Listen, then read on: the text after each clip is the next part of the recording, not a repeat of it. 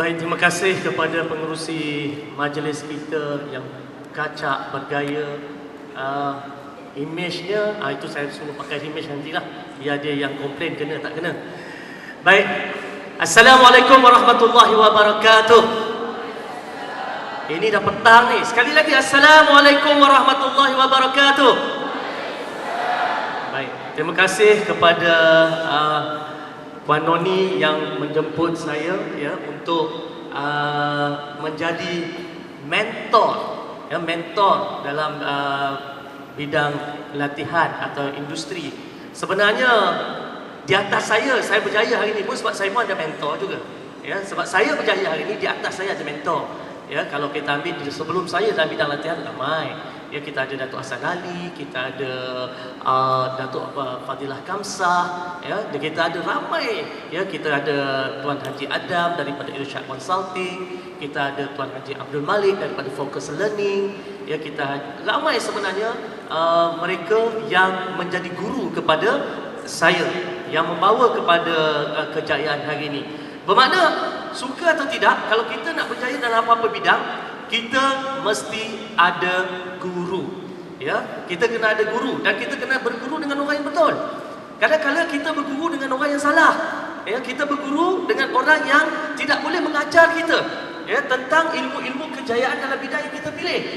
Kita kena faham ya tuan-tuan dan puan-puan, di luar sana ramai orang serba tahu. Kalau kita bercakap dekat kedai kopi, apa cerita yang tak keluar? Semua cerita keluar. Kadang-kadang kita bercakap dengan kawan kita, kita cakap dengan dia seolah-olah dia tahu semua perkara. Ya, kalau tak percaya, keluar tanya dengan seseorang di luar sana masa sembang-sembang, macam mana kita nak jadi jutawan. Dia boleh cerita kepada kita macam mana nak jadi jutawan, sedangkan dalam poket dia pun tak ada wang.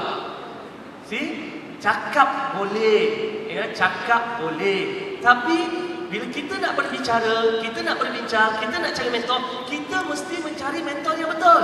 Kita mesti mencari orang yang telah pun mencapai, telah pun sampai ke tempat yang kita tuju. Kalau dia tak pernah sampai, ya, kita bercakap dengan dia sekadar bertukar pandangan bolehlah. Ya, dengar bolehlah. Tapi nak pakai kena fikir 10 kali. Sebab dia tak pernah gagal dalam bidang yang dia nak kata yang kita nak ceburi. Dia tak pernah terlibat, dia tak pernah gagal, dia tak tahu apa cabarannya, apa liku dia. Tiba-tiba dia nak bercakap. Jangan. Ya, jangan. Sebab apa? Bila kita bercakap tentang keusahawanan, kita bercakap tentang pelaburan. Ya, sebab tu saya percaya tadi bila yang tanya rate of return of investment, ya, dia akan tanya ROI itu bukan sebab apa? Sebab dia memikirkan aku nak keluar duit. Bila aku nak keluar duit, bukan hanya kata nak kejar duit. Sebab apa? Nanti bank tanya dia nak pinjam, okey, nak buka jenis aulat. Katalah 10,000 cukup tak kan buka jenis aulat, Puan? Tak cukup kan? Tak cukup. 50,000 cukup? Tak cukup juga. 100,000 cukup? Tak cukup juga. Itu yang dia tanya ROI itu tadi, dia kongsi. Sebab tu, alamak, dia kata kalau aku keluar 200,000, bila nak dapat balik aku punya 200,000 tu? Tu yang dia tanya ROI itu tadi. Ya, tapi saya percaya sebenarnya dalam kita bisnes, yang paling penting memanglah bukan ROI-nya, ya, bukannya apanya kemewahan yang kita dapat, tetapi dalam kita berniaga sebenarnya kepuasan sebenarnya adalah apabila kita boleh melihat perubahan dalam kehidupan orang yang bersama dengan kita. Itu yang paling penting. Satisfaction kita adalah melihat perubahan pada orang. Baik, bagi orang jual ubat kurus, apa satisfaction dia? Apabila pelanggan gemuk dia menjadi kurus, betul tak? Orang yang jual produk kecantikan, apa satisfaction dia? Orang yang bodoh jadi cantik, betul? Baik, kalau orang tu jual misalnya produk kesihatan, apa satisfaction dia? Orang yang sakit menjadi sihat, betul? Betul tak? Orang yang dalam bidang image misalnya, apa dia punya kepuasan dia? Apa yang pakai tunggang-langgang ni keluar nanti pakai betul? Kan? Tudung tak kena gaya, baju tak kena warna, kasut tak masuk cara. Bila keluar selepas 1 jam, 2 jam dengan dia, semua pakai hebat. Itu dia punya satisfaction. Ya? Orang yang jual produk minda untuk cerdik, apa dia punya kepuasan dia? Bila anak-anak makan jadi cerdik. Kan? Jadi kalau orang telah katakan ubat cerdik saya tu, telah 9 kotak, 10 kotak tak cerdik, saya tak berhati. Kan? Sebab apa? Rasa macam tak seronok kita buat perniagaan. Ya, orang dalam bidang latihan. Apa satisfaction dia? satisfaction pada bidang? Apabila kita melatih seseorang itu dan orang itu boleh mempraktikkan, mengamalkan apa yang kita lakukan, kita suruh dia buat. Contoh misalnya, kita nak latih orang dalam bidang latihan, nak latih orang cara ambil video. Oh, ni video depan kita kan. Apa satisfaction orang dia? Kepuasan pada orang yang melatih orang ambil gambar, ambil video ni. Apabila orang duduk dengan dia satu hari, keluar-keluar, dia boleh tangkap gambar macam pro. Itu dia punya kepuasan. See? Jadi sebab tu kita kena faham, ya, ini yang sebenarnya kepuasan sebenar apabila kita melakukan sesuatu, apabila kita melihat changes pada orang. Dan kita buat itu kerana apa? Lillahi ta'ala. Sebab apa?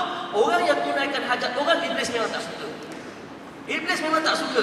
Itu antara apabila iblis datang bercerita dengan Rasulullah SAW, antara musuh-musuh iblis salah satu adalah orang yang tunaikan hajat orang. Jadi bila kita dalam industri latihan ni, kita banyak sebenarnya tunaikan hajat orang. Baik, sebelum saya pergi lebih jauh, saya nak letak mikrofon ni seketika. Saya nak buat satu test, ujian paling mudah. Semua sini datang sebab nak jadi usahawan. Kita tengok kecenderungan kita ni ke arah mana. Jadi kita, senang je. Test yang paling ringkas, paling mudah kita buat, kita akan dapat jawapan. Dan test ini tak boleh buat 2 kali. Dalam hidup kita, dia boleh buat sekali saja seumur hidup. Ya? Jadi kalau kita dah buat hari ini, kita tak boleh buat lagi dah. Sebab kita dah tahu rahsia dia. Jadi hari ini nak buat. Termasuk yang duduk belakang ni, termasuk yang duduk tepi sana, nak buat. Kalau dah tak buat, lepas pada tak boleh buat dah. Kalau dah dengar, nak buat dah tak jadi dah. Jadi kalau nak buat sekarang. Okey. Semua angkat tangan. Kalau nak buat sekarang, siapa tak buat memang rugi. Semua angkat tangan. Saya ingat saya orang pertama berjaya sampai orang belakang angkat tangan. 2 hari duduk tak ada orang di belakang boleh angkat tangan. Akhirnya orang belakang angkat tangan, dia tak nak rugi. Kan? Okey. Bila saya kata tutup tangan, tutup macam digenggam ya. Belum lagi dengar arahan dulu. La ilaha illallah, tak sabar. Okey. Bila saya kata tutup tangan, tutup tangan. Okey, bila tutup tangan bukan tutup macam sembah ni. Tutup betul-betul. Okey? Baik. Tutup. Jangan dibuka, jangan dibuka, jangan dibuka, jangan dibuka, jangan dibuka. Cuba tengok ibu jari yang paling atas. Adakah ibu jari kiri atau ibu jari kanan? Jangan beritahu orang itu rahsia awak. La ilaha illallah. Okey. Tengok ibu jari atas. Boleh pukul tangan, tengok. Okey, ibu jari paling atas kiri atau kanan? Baik, ada rahsia dia. Orang yang ibu jari kanan yang di atas, mengikut pakar kaji manusia, mereka adalah orang yang cenderung kepada kerja dan wang.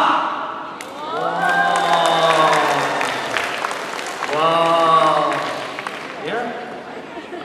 Ni orang jenis awak marah saya kan. Mana boleh doktor, kita kena cenderung pada Allah. Betul, cenderung pada wang nak buat zakat. Kan? Orang jenis awak nanti dia tembak saya. Okey, orang yang berjaya kanan di atas, dia cenderung kepada kerja dan wang. Apa maknanya? Kalau dia seorang pekerja, bos bagi dia kerja, dia memang seorang kerja yang kerja sungguh-sungguh. Okey, kalau dia seorang peniaga, dia akan berniaga, memang dia berniaga sungguh-sungguh. Dia pandai cari duit, dia pandai simpan duit, dia pandai urus duit. Ini dia. Wow. Okey, sekarang orang yang ibu jari kiri dia ke atas. Orang yang ibu jari kiri dia di atas, dipercayai mengikut pakar-pakar kaji manusia, mereka adalah orang yang cenderung kepada seks dan kasih sayang.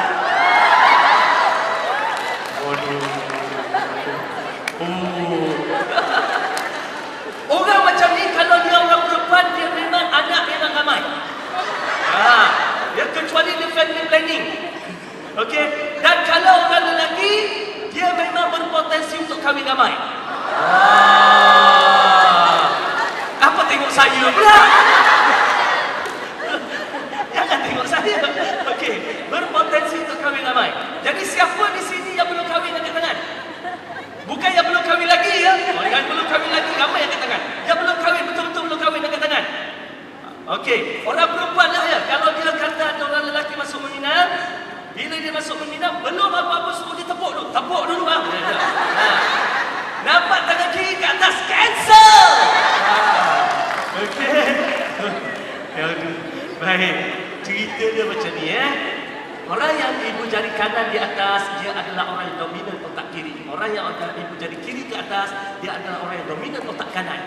Okey, orang otak kiri, dia orang matematik, dia orang logik, dia orang analisa, dia orang yang banyak rasional. Orang yang ibu jari kiri tadi, dia orang yang beremosi, sensitif, jiwang-jiwang sikit. Cenderung kepada seni dan sebagainya. Itu sebenarnya. Okey, jadi sekurang-kurangnya petang-petang saya boleh dah pun berjaya buat tuan-tuan dan puan-puan tidak bosan. Itu yang paling penting sekali. Okey. Bila dah tak bosan, baru kita boleh masuk kepada bidang latihan. Ya. Sebab apa? Saya diberikan tanggungjawab. Puan Moni beritahu saya, jumpa saya, dia kata doktor bercakap bab apa? Saya kata saya nak cakap bab bidang latihan. Baik, kenapa saya nak cakap bab latihan? Kenapa bidang latihan? Mari kita tengok. Bidang latihan ni pertamanya sekali dia memberi peluang kepada pekerjaan dan juga perniagaan. Kalau kita perhatikan, ya, semua aspek yang tuan-tuan dan puan-puan duduk daripada pagi semalam sampailah sebentar tadi, ya, daripada pagi semalam sampailah sebentar tadi memerlukan bidang latihan. Nak jadi orang yang pandai bijak wang, perlu latihan. Nak jadi orang yang pandai menjual, perlu latihan. Nak jadi orang yang pandai buat bisnes apa? Bisnes produk, perlu latihan. Kalau nak jadi orang yang pandai buat bisnes pelancongan, perlu latihan. Kalau katakan nak buka kelas untuk apa preschool, ya, tadika untuk anak-anak, perlu latihan. Jadi bisnes ini, bidang latihan ini adalah satu bidang yang sangat besar. Merangkumi semua aspek, ya, daripada sekecil-kecil sampai sebesar-besar. Saya bercakap dengan cameraman tadi, saya minta kad dengan dia. Saya kata, buat apa kat sini? Dia kata, saya diminta oleh Puan Noli untuk jadi fotografer, shoot video dan sebagainya. Saya kata, dengar sebentar lagi bahawa awak juga perlukan bidang latihan. Satu hari bila awak dah profesional, dah banyak pengalaman, ya, dah buat macam-macam event, dah besar, masa tu kita mula memikirkan, tahu. Jadi sampai satu tahap kita mula memikirkan bahawa kita nak berkongsi dengan orang lain ilmu tu, tahu. Sampai satu tahap dia jadi macam tu, tahu. Ya. Satu tahap bukan sebab duit lagi dah. Satu tahap kita nak supaya orang lain dapat ilmu kita sebelum kita mati, supaya orang lain boleh mengembangkan apa yang telah kita kembangkan. Dia sampai satu tahap dah sampai macam tu. Okey? Tapi kenapa ambil juga yuran? Ialah sebab bila sewa hotel ada yurannya, dia nak makan ada perbelanjaannya, nak photostat itu ada, telefon ada. Perlulah ada yuran, tetapi itu bukan sesuatu yang dicarilah. Dia sampai satu tahap dia nak share, dia nak kongsikan supaya orang tahu. Jadi itu dia. Ya, bidang latihan adalah satu bidang sebenarnya yang sedang berkembang. Baik. Permintaan pun banyak. Kalau kita tengok permintaan bidang latihan ni sangat besar. Ya, kita buat apa pun, ya, sampai kepada nak buat kek lapis ke, nak buat. Anak saya umur 15 tahun bayar pergi satu kelas hanya semata-mata nak buat kuih apa tu, saya tak faham lah kuih orang perempuan ni. Makaron, apa? Apa? Makarun. Saya pun tak kena sebut dah, makarun. Sampai dia buat tu, dia balik dah tahu cara apa semua. Training satu hari, balik belum boleh buat tau. Tapi dia dah tahu dah. Buat lagi kat rumah, buat lagi. Masuk kali ke-8 buat baru jadi. Maknanya yang sebelum tu, saya makan semua kemik-kemik je. Tak jadi, tak naik dia punya tu. Rupanya begitu sensitif kan? Okey, permintaan. Kemudian, training sekarang ni dah jadi satu industri tuan-tuan dan puan-puan. Dia bukan macam dulu, dia jadi satu industri. Industri maknanya besar. Dan kita tengok dana PSMB 700 juta. Tuan-tuan dan puan-puan tahu tak?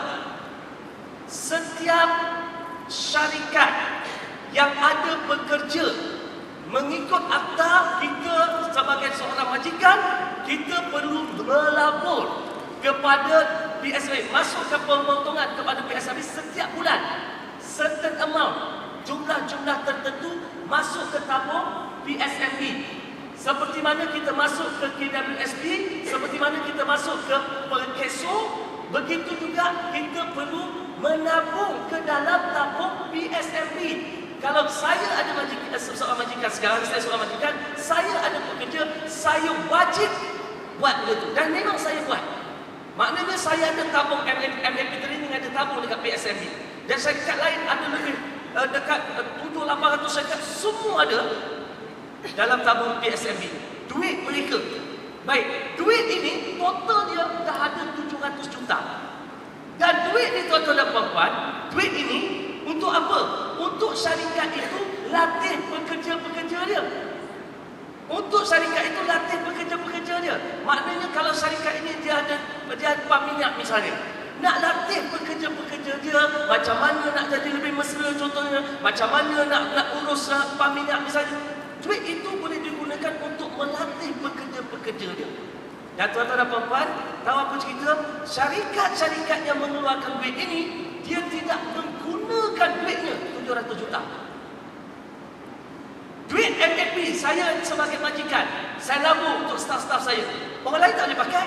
Syarikat B, syarikat C, syarikat D tak boleh ambil duit itu. Itu duit saya. Saya saja yang boleh guna duit itu untuk train kaki tangan saya. Tetapi saya tak guna. Bila saya tak guna duit itu, duduk situ sampai bila-bila.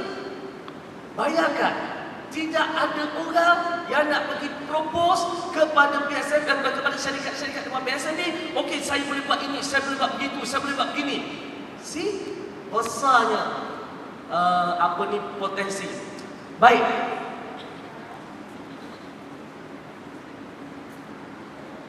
Bila kita kata bidang latihan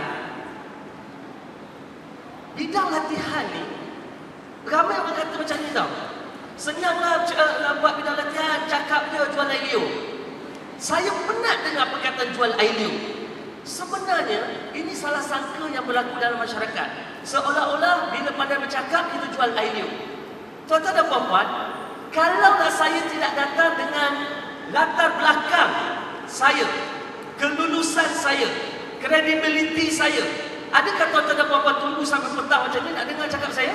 Tuan-tuan dan puan-puan takkan duduk dan mendengar. Bermakna tuan-tuan dan puan-puan duduk tunggu nak dengar disebabkan tuan-tuan dan puan-puan yakin dan percaya petang ni akan dapat sesuatu. Setuju tak? Maka tunggu. Kita tunggu sebab kita yakin kita dapat sesuatu. Sebab kita tahu orang yang nak bercakap itu dapat memberi kita sesuatu. Maka kita tunggu. Jadi sebab itu bidang latihan sebenarnya dia bukan setakat cakap. Dia mesti ada ilmu. Dia mesti kita nak bercakap kena ada ilmu. Dia nak melatih kena ada kemahiran. Ya, selepas ni saya sebagai Presiden Tamrin, yang kat depan ni selepas saya sebentar lagi yang akan present depan tuan-tuan dan puan-puan adalah merupakan salah seorang exco Tamrin. Saya dalam bidang motivasi tentang pekerja, motivasi tentang pelajar. Sebab MAP ni tuan-tuan dan puan-puan untuk apa? MAP motivasi aliran pelajar. MAP motivasi aliran P itu untuk pekerja. MAP motivasi aliran parenting. MAP motivasi aliran perniagaan. MAP motivasi aliran pemikiran. Dan MAP yang baru orang minta saya buat motivasi aliran poligami. Tak apa-apa dia orang ni, betul tak? Minta buat motivasi aliran poligami. Yang kaum lelaki minta. Yang perempuan kata jangan buat dia. Okey, baik. MAP tu gurau tak ada motivasi aliran poligami tak wujud. Baik. Jadi kita kena ada ilmu, ada kemahiran. Mana nak datang ilmu, mana nak datang kemahiran? Orang yang nak berdiri, yang nak bercakap, yang nak jadi trainer, dia perlu melabur dulu. Dia perlu keluar duit dulu. Kecuali kalau kita sudah ada ilmu itu. Ataupun kita sudah ada pengalaman. Maka kita mula memikirkan macam mana aku nak buat satu bidang latihan. Aku nak latih orang dalam pengalaman aku. Contohnya kita ada pengalaman buat kuih jala misalnya. Ataupun pengalaman buat masakan laksa Sarawak. Tuan-tuan dan puan-puan, tahu tak? Sahabat saya tukang masak, dia hanya ada satu saja masakan, iaitu bagaimana buat laksa Sarawak. Dan untuk duduk dengan dia belajar dalam bengkel tu, kena bayar, bengkel tu satu hari, seorang kena bayar RM7,000 dia ambil. RM7,000 nak buat laksa Sarawak. Takkan laksa Sarawak RM7,000. Tuan-tuan dan puan-puan, kalau tuan-tuan dan puan-puan makan laksa Sarawak dia, mungkin tak nak cari laksa Sarawak lain dah. Bermakna terbukti sedapnya. Jadi dia nak beritahu pada orang lain ilmu dia macam mana nak buka kedai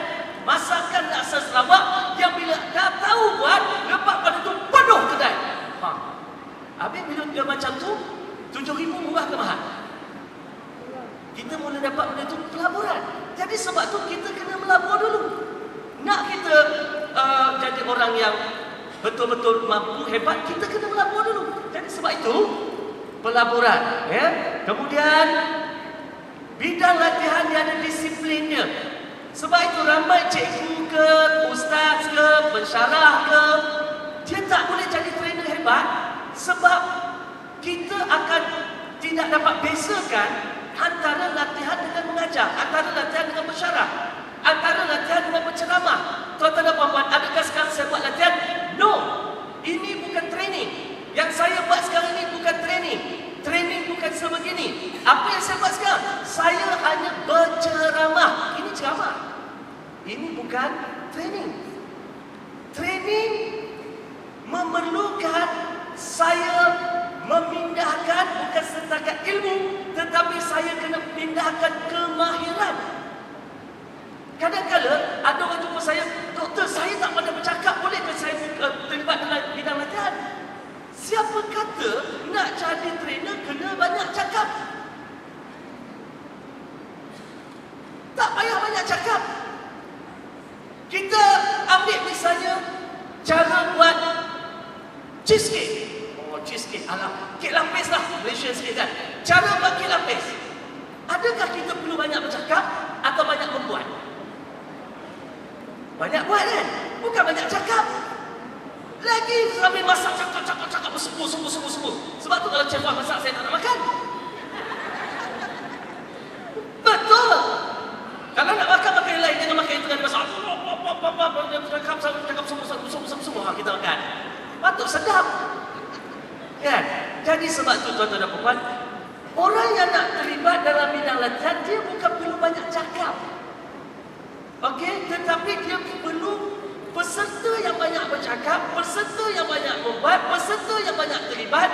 Sebab mengajar orang tua tak seperti ajar budak-budak, tak seperti ajar budak sekolah. Saya buat motivasi ahli pengajar 20 tahun. Itu budak sekolah, pendekatan lain. Tetapi bila tuan-tuan dan puan-puan duduk dalam motivasi ahli pekerja, pendekatan sudah tidak sama. Saya tak boleh bercakap macam ni, 2 hari bercakap macam ni, tuan-tuan dan puan tidur semua, saya beritahu. Ya? Kena ada gerakan, kena ada gerak kerja, kena buat itu. Bila buat baru faham. Buat. Oh, buat. Buat. Ada orang sebab dia dah buat, dia faham. Kalau tidak, dia tak faham. Itu bidang latihan. Sekarang, sejam kita ceramah saja sebenarnya. Okey? Baik. Kandungan dia khusus maksudnya macam mana? Kita tahu banyak benda.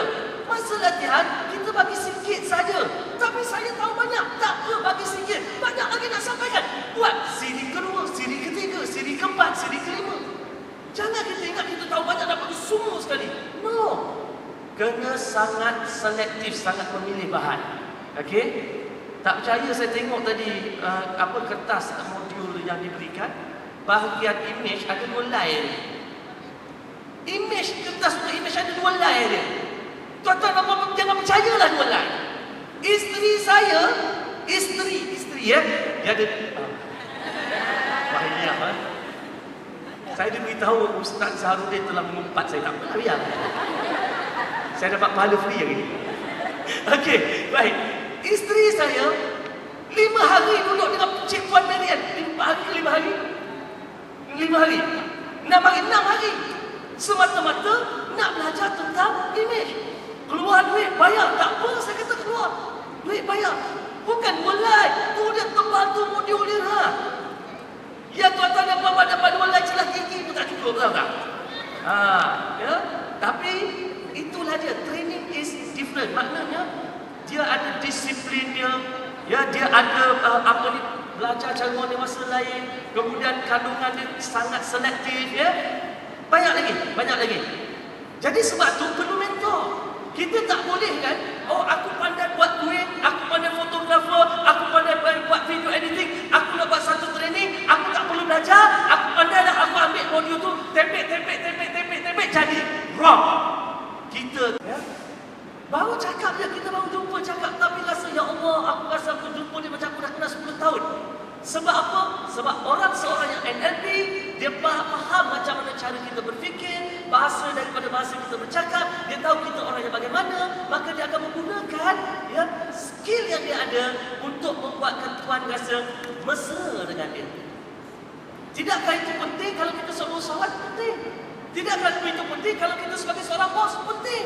Tidakkah itu penting kalau kita sebagai seorang isteri? Penting. Betul tak?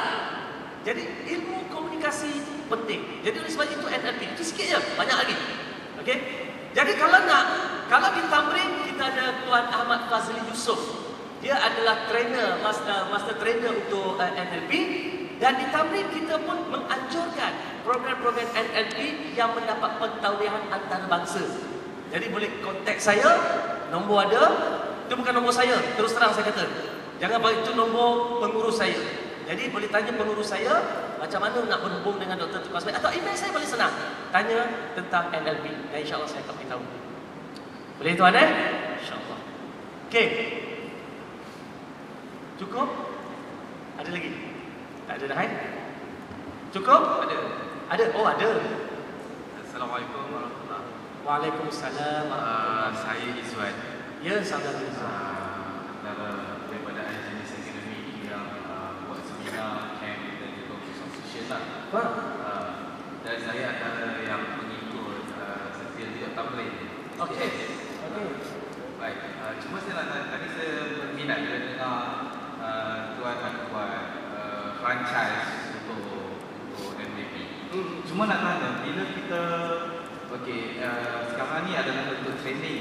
So, kualiti tu ada pada kita yang menyampaikan. So, bila kita mencuba franchise atau serah pada orang yang lebih di bawah. So, saya nak tanya, macam mana kita nak kekalkan kualiti program kita, KPI itu adalah sama seperti mana yang kita bawa. Baik. Sebab kita letak bawah kan. So, kita kena jaga. Okey. Baik, dan sejarah yang kedua sikit lagi. Macam mana nak kira this is the business. Bila kita dah buat macam tu dalam bentuk training, so mungkin bulan ni ada 3 camp, bulan ni mungkin ada 5 camp sebagainya kan.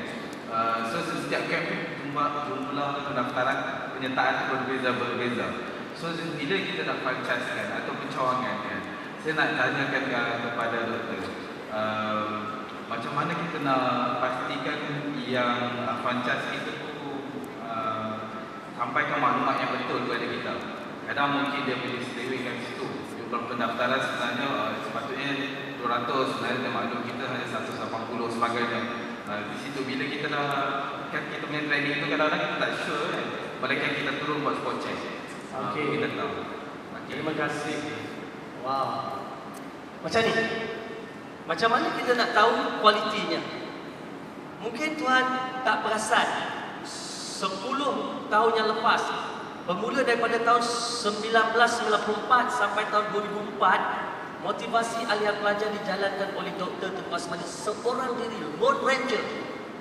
2 hari lah. Kalau kata batuk pun cakap, demam pun cakap, sesama pun cakap, nak pingsan pun cakap. Saya seorang. Dan saya selepas 10 tahun menjalankannya, saya tahu saya tak mampu nak jalankan seorang-seorang. Maka saya ada barisan trainer. Baik.